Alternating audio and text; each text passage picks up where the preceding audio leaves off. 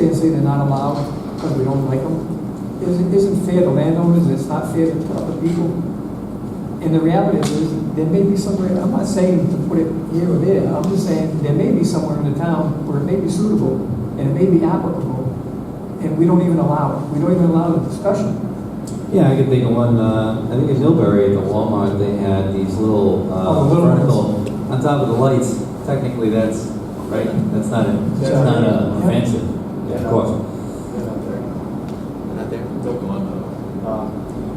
If I may, just in regards to that, yeah, sorry. I actually have a colleague that is specialized in wind power. We talked at length about locations, proper locations in Rhode Island of wind power, and every time, he's actually an old resident that grew up in town with me, and every time we hear wind power in northern Rhode Island, he just laughs and says that's unrealistic. There's no wind to be producing enough power to actually sustain a wind turbine within northern Rhode Island. So I would ask that if we are going to be looking at this as a whole, that we also look at the practicality and practicality of wind turbines and get some folks in here who actually know how to properly site those sort of things.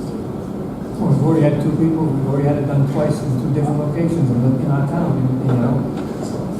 It's not for me to determine whether it's applicable or not. Mr. Port, I'll agree with you because there's a long program this week indicating that wind turbines aren't the way to go in this part of the country. And there was no ifs, ands, and buts about it. It was nonsensical and it was a dead end. Mr. Johnson. From the Vice President's experience and work with the Ad hoc Ordinance Development Committee, you'll remember, I'm sure, I don't know anyone else, but there actually were two options that were presented to the council on that issue. One was for special use permit allowed in select areas with a host of conditions. There was an extensive ordinance written up to that. It was the council's decision to go with the no across the board. I mean, it just needs to be looked at because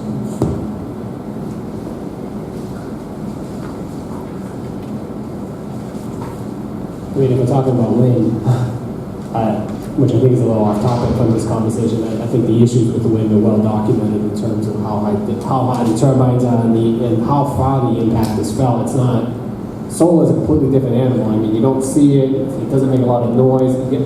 In terms of what the negative impacts from the actual structure itself, but both cause environmental impacts, and I think maybe in here we could look at maybe the language around the environmental impact study in terms of what any type of remediation plans. I know some communities talk about this fluid in any of the structures. They need to contain, they need to be able to hold 125% plus of, so that it doesn't contaminate the ground underneath. And I think we could tighten up some of that language. I think if we do have a conversation about wind or any other type of renewable energy, which I would disagree with, we should. That would have to be a separate item, I would think. I'm not saying to build them, I'm just saying we don't even allow it, and that's just not the right approach to take. And maybe somewhere in the town that it is feasible, and it's not for me to determine if it's feasible, it's just to say no to everything. And the other example that I gave, we're looking at the chart, so it is feasible for this discussion. We don't allow good rehab or alcohol rehab in our town. Or we that elite that we don't have alcoholics and addicts in our town. If you think that, then you're pretty foolish. Because we do, and to say that we don't want those treatments, but send them somewhere else, that's being elitist. And we take the approach that we don't want fossil fuel, we don't want wind turbines, and we don't want solar in our town, and we put all these restrictions in place as being elitist because we use as much electricity as everyone else does, but it's okay if we put it in someone else's town. And we need to stop looking at that and find a solution that works for our town. Never mind what they do in other towns. We need to find a solution that works in our town, that's allowed in our town, that meets our standards, and set the standards for it, instead of just saying no to everything. That's my point. Your motion to extend the meeting, Mr. President. Motion by Mr. Zelinski to extend the meeting to the 10:30. Is there a second? Second. Second by Mr. Ogier. Roll call. Mr. Marvel? Yes. Mrs. O'Hara? Yes. Mr. Richmond? Yes. Mr. Zalinski? Yes. Mr. Vannen? Yes. I mean, I'm just gonna respond to that. I mean, personally, there's nothing that looks more hideous and more ugly than a giant wind turbine. This topic, whenever you introduce it into a community, ripples. You have the people that are okay for it, and then you have a large majority of people that are against it. When I was growing up on the Cape, same thing about the wind turbines. They can build them in other communities, and those connect to a grid that you can potentially share that energy. I don't understand why we would even want to entertain that structure. I mean, again, the issues are well documented. They cause health effects. There's a list of reasons why the council at the time probably went away from introducing them. I am okay supporting saying that I don't think they should be anywhere near our community. Solar, water, other areas of renewable energy are much more beneficial. It's unrealistic to say that the world is just, you can't have your cake and eat it too. Why? That's not what my argument was. And in terms of alcohol treatment and other types of treatment centers, we should be discussing those things. No one is up here saying that we're an elitist community. I've never once uttered that, and I've never heard anyone else utter that on this council utter that as well. If the ordinance is outdated, we just change it. We have a discussion and we change it. But wind is a whole other animal. I would not advocate us going down that path. The other thing I'm not 100% in favor of is for project requesting dimensional relief for size. Planning and zoning board shall reserve the right to ask for one-to-one tree replacement of only those existing native trees that have been compromised, which are 20 inch in diameter or greater. Said trees may be replaced by newly planted trees of 3 inch diameter caliber at breast height elsewhere in town. I just find that one tough to enforce. How can I tell a guy where to put a tree if it's not on town land? And with all town land, the tree is number one. Number two, we're putting a limit only on one form of development. Now in village, when they create a whole village, a whole downland village, how many trees did they cut down? We didn't make them replace trees. Housing developers come in and build houses. They cut down all the trees. We don't make them replace trees. If you want to put something in, then you need to be fair to everybody. Developers went in, and they cut the trees down, and they built. That's what they do. And the reality of it is a homeowner, or a landowner, more specifically, could go in and cut the trees down and build nothing. Just to cut the trees down for firewood, if he wants. Or to plant corn, or anything. There's no restriction on him cutting trees down. So to put a restriction only on one developer, because it's creating an issue somewhere, then you're being reactive and not proactive. I would be in favor of that. If the planning board wants to put it into something that the developer agrees to, but to put it in an ordinance that it has to be done, not in favor of that. Mr. President, just a quick question. No, I just want to ask. Sorry, are you talking about page 5.561, number 7? I'm just trying to find out where you are. Yep, page 561 on the updated changes that we got. So I want to ask a question to Jeff, if that's okay, for clarification purposes. It says shall reserve the right. It's not saying they have to do it. Exactly. That's the language that we want to put in there. In case, and this is with especially goes along with the special use permit. So if we have another applicant that comes in and wants to clear cut 30 acres of trees, we're going to have an issue with that. We have an issue with that. And we're going to probably require that they replace those trees with a one-to-one replacement as we described. This doesn't mean that they are going to do it. We aren't mandating any developer to be able to do that right off the bat. It's giving us the ability to say, if you want this development bad enough, then that's what we're going to require. Because we could be looking at open space that could be put forth for the land trust. We could be looking at other places for something like that. And we want to, like I said, we want to make sure that we are siting these solar panels in the right areas and not just clear cutting for the sake of clear cutting. So, and as Mr. Earlier said, it's not a requirement, but it would be at the request of the planning and zoning board. Do you require it of other developers? At this moment, no. We don't. But I could very well be on the next large-scale development that comes through our I'm way. not talking about any license. Do you do it to any developer? It doesn't matter whether they're developing 1 acre, 40 acres, or 400 acres. It shouldn't matter. If this is the standard that you want to set, then you need to enforce it uniformly to every developer. That's my point. You're being restricted to one form of development. So in that instance, at least at my term on the planning board, we have not had a developer come and say, I'm clear cutting this lot for a house, I'm clear cutting this lot for subdivision. We have not had an application that would fall under those terms, at least on my time being there. And if there was a developer that were to come in and say, I'm going to clear cut 40 acres, then we're going to take issue with that.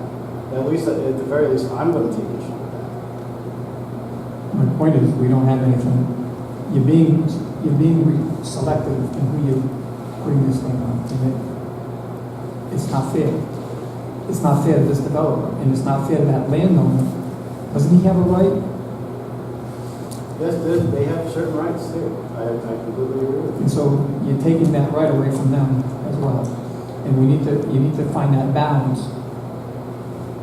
I can tell you, you won't know it, but I will, because I've been around. Your house was all trees. I know. And they went in, they cut all the trees down, and they put houses up. And some of the trees have grown back. It was all trees, all woods when I was growing up. And prior to that, it was all fields. So It just goes through, we have goes through the cycle. So- It just goes through the cycle. I think the intent is really that we're looking at the micro ecologies of each space. And when you start talking about large-scale developments of that size, of 10, 15, 20 acres, that's going to have a large effect on the surrounding ecology. I know my in-laws, they live on Sales Hill Road. When Anchor Subaru went in and plowed all those trees, I can tell you for a fact, it feels 10 degrees hotter because it's a heat island over there now. So that's the kind of effects that I'm trying to avoid. I don't want to be making sure that we're cutting our cooling centers in town, you know? That's problematic. So whether or not we're requiring certain developers to do it, I can tell you right now that, yes, we have it in this ordinance, but who's not to say that I'm going to ask for another moratorium on another section of the zoning to say we're going to put that same requirement in for another development. So, Mr. President, we can't, under the current ordinance, there is no allowance for clearing 30 acres. It's limited. It's not an option. It's limited to 6 acres to begin with, any solar Right. developments. Limited to 6 unless you're in the When zoning we get overlay. into these circumstances is because somewhere an exception has been made. And so and it's what I said earlier, we're trying to twist this original ordinance in reaction to something that isn't allowed in the ordinance. This is, the discussion about the wind turbine, the ordinance decision to put no's across the board was a reaction to a proposal that existed at the time. We were running in reaction to that. And this is, it's not allowed under the current ordinance. If I could just address the existing zoning ordinance. I was fortunate enough to sit on that board with some very talented people. I just sat there and listened. You know what? I wrote down their names, and hopefully I didn't forget any. Mr. Soares, if I forget anybody, please remind me. Mr. Soares was there. Judge Robert Rossi was there. Zoning Board Chairman Robert Nigerian was there. Diane Wojcik was there. And Scott Lentz was on the planning board, myself. It was a well-appointed board that took many, many things into consideration, such as the percentages of the land that can be cut and developed on. But zoning ordinance, help me, Mr. Soares, it's limited to 6 acres now, right, for a zoning ordinance? Is that correct? Yeah, currently 6 Yeah, acres. 6 acres. 30% of So, the for solar. property. For solar. Yep, and I have to say that it was Well, could it be a little better now? Sure. But at that time, I think we were cutting edge. I think there were towns that looked at the zoning ordinance and adapted it because it was so well written. But things changed, and we learned. Just like there was a major headlong rush into building wind turbines because developers got such incentives to do it. It didn't clear cut as much, so there's two sides of the coin. People that were into wind turbines, well, you're not going to be cutting down a lot of trees, and you can still use the land for farming. But there was an aesthetic, visual, terrible impact to these things. At least I thought it was terrible. So, we're going to debate this, Mr. President. If I just may suggest that we're now, it's 10:10 roughly. We have a lot more to go through on the agenda. Can we continue this as more thought process comes in and keep the public meeting open so we can have more input? Whatever the council wants. Mr. President, keep in mind that I would want the council, if you want changes, to keep it open. But also, if you're going to make the changes here, that's one thing. But if it's going to be any substantive changes, it should go back to the planning board. Because of the way this ordinance came before you, it emanated with the planning board, and state law says if changes to a zoning ordinance starts with the planning board, then it doesn't get referred back. They don't have to go back and forth to certify its consistency with the comprehensive plan. But if you're going to make a change, theoretically, it has to go back because it's now a change that they haven't seen. Anything you do is supposed to be consistent with the comprehensive plan.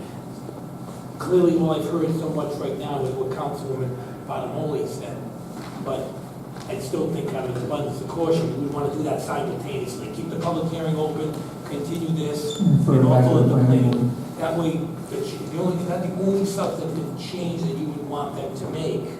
I would send that back. I mentioned this to the planner, and he said he thought that would be a good idea. You've been talking about things you're not going to potentially approve. That's fine. That doesn't go back. But anything that you want to add in, I think you should add. Like those two things. Exactly. That way it goes there, it comes back. Do we need to vote on those changes? No. Or is that part of the process, or just something that? Take it up in public hearing. I don't think that, I don't think you need a vote, but I'll defer to the plan. I think he feels comfortable with. Right, Councilwoman Barnamoli brought up some stuff. I want to look at that. And I got the gist of what you're saying, and I trust that we can get it right. But that's all I got so far, is what you said first. Okay. So that's The two changes, Tom? Yeah. I think that's the point. The council should just clarify what they're asking the planning board to do. And if you need to take a vote, take a vote. But if you want to take a vote, that's fine.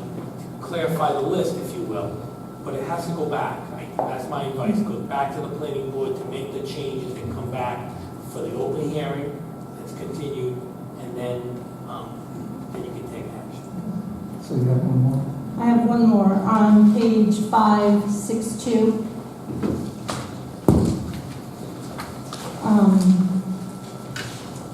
We have the solar photovoltaic system shall be removed from the property by the applicant owner operator within 120 days of receipt of notice from the building zoning official unless an appeal has been filed. Why are we putting that in there about an appeal?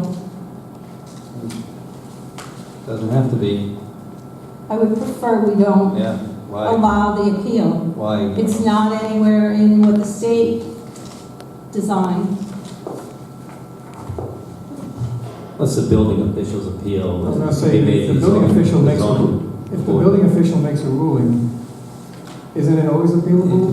It could be appealed to the zoning board of review, right, David? Yeah. Perhaps that's what it's speaking to. I think that's what it's speaking to. Even if you take it out, you're not going to stop the idea that somebody were to appeal. Right, but I would rather not have it there Like promoted? as an out.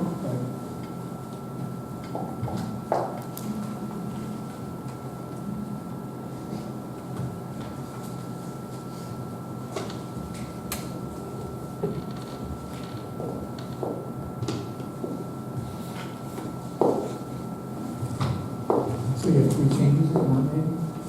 Did we change the 12 months to 180 days? Yeah. Okay. And then you wanted the other one, the And municipal lien. then, yes. The lien, yeah. And we'll give Okay. it, we'll give it away. I'll give you, I'll get it at the I office. have another copy. All right. Are there any other changes that anyone would like to see made? She has a cover on it, Just continue the but public it's hearing? there. If you need to look it up, here's the 2018 draft, that's the 2019. So the plan is clear with the three changes that were recommended, you submit them to the planning board to weigh in on it. You'll Yes. meet before the Yeah. second, you'll meet before December 2nd. December 5th, I think. What's your next meeting? First Thursday? Yes. I was going to raise that point of concern that our next planning board meeting is after the moratorium expires. So if the town council felt confident enough in our existing ordinance to expire for a couple days and then be brought up at the next meeting, that might be the situation that happens.